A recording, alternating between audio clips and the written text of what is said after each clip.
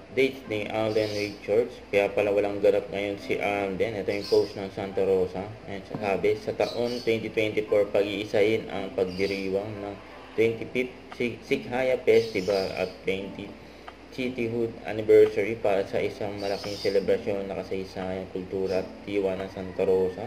Inibitahan ang lahat na makisaya sa darating na July 10, 2024 ang binago yung schedule.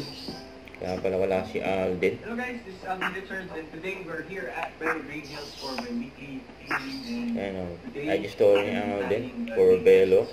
Ang session ni Alden. Bello Medical Group.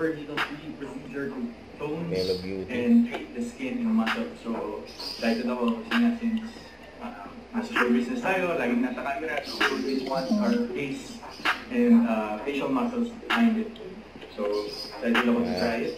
Yan o, butis artist yan si Alden. So, ang guwapo.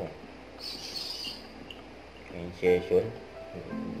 Tapos yan pa, yung mga picture ni Alden sa Malabon event kasama ang mayor si Jenny Sandoval.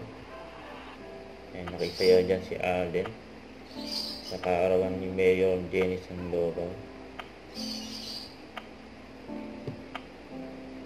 Pinamigay din ni Alden yung jacket niya eh. Ang daming tao dyan oh.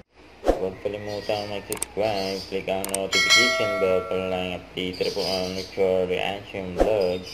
Bye guys, thanks for watching.